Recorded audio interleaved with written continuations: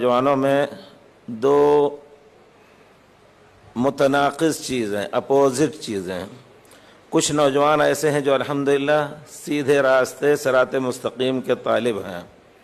اور وہ اس کے پیچھے جو مشروع ذریعہ ہے اس کے ذریعے الحمدللہ وہ صراط مستقیم سیدھا راستہ، چاہے وہ دنیا کا ہو یا دین کا ہو،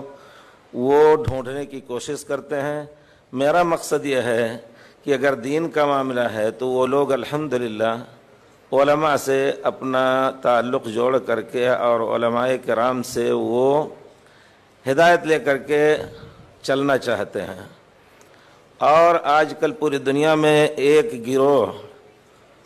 جو اس کا الٹا ہے، پوری دنیا میں نوجوانوں کا ایسا ہے جو، جیسے کہ کسی بھائی نے ذکر کیا، پہلے بھی شاید سنا ہوگا آپ نے، اپنا علم صرف انٹرنیٹ اور واٹس ایپ اور اسی میں محصور کر کے پوری دنیا سے ادھر ادھر کی باتیں لے کر کے وہ سمجھتے ہیں کہ ہم علامہ ہو گئے یقیناً،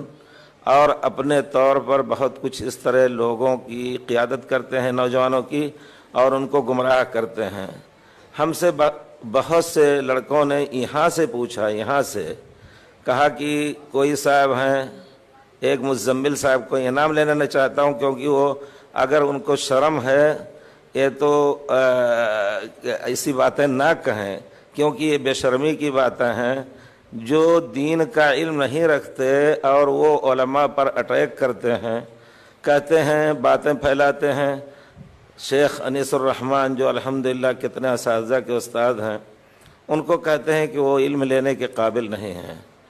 اور یہاں نہیں صرف، اور یہ ظاہر اتنا تیزی سے پھیل رہا ہے، یا یہ کہ مقلد ہیں بیچارے، ایک شخص کے جو برطانیہ میں رہتا ہے، جو صرف جس کا مطمح علم یا منزل علم صرف اتنا ہے کہ وہ ایک ثانوی اسکول کا سائنس کا استاد ہے، ادھر ادھر سے پڑھ لیا۔ اور مشکل یہ ہے کہ کچھ مشائخ ایسے ہیں جن کو کوئی نہیں پوچھتا ہے، تو ان سے لے کر کے ٹیلی فون سے لیکچر وغیرہ کرا کر کے اپنا بھاؤ بڑھاتے ہیں۔ یہ چیز میں ایک حقیقت بتا رہا ہوں بڑے تجربے کے ساتھ۔ تو وہ حکم لگاتے پھرتے ہیں کہ فلاں شخص سے فلاں عالم، اول تو کہتے ہیں ہندوستان میں کوئی عالم ہے ہی نہیں، یہ بات واضح طور پر کہی گئی، اور کبھی کبھی نام لے کر کے کہتے ہیں کہ شیخ ظفر جو دبئی میں رہتے ہیں وہ اس لائق نہیں کہ ان سے علم لیا جائے، ہندوستان میں کوئی عالم نہیں ہے، نام لے کر کے آر کے نور محمد اور شیخ انیس الرحمن کا نام لیا جا رہا ہے۔ میں ان نوجوانوں سے کہوں گا کہ یقیناً تم لوگ بہت گمراہ جا رہے ہو۔ اگر اپنی خیر چاہتے ہو دنیا اور آخرت میں، تو زبان کو حفاظت میں رکھ کر کے اللہ تعالیٰ نے جو طریقہ تعلم علم کا بتایا ہے وہ طریقہ اختیار کرو۔ ابھی علم سیکھو، اور علم کا سب سے پہلا مرحلہ توحید اور پھر سنت کے عقائد آپ سیکھیں اور لوگوں کو سکھائیں، اور یہ جان لیں کہ کون صحیح عقیدے پر ہے۔ صرف اس طرح کہہ لینا کہ فلاں عقیدے میں ویک ہے، مجھ سے خود پوچھا، شیخ انیس الرحمن عقیدے میں ویک ہیں، لوگ کہتے ہیں کیا ہم ان سے علم لے سکتے ہیں؟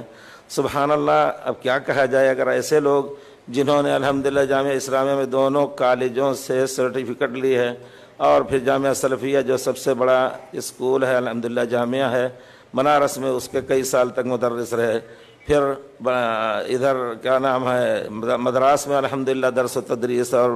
محاضرات لیکچرز وغیرہ دیتے رہے، وہ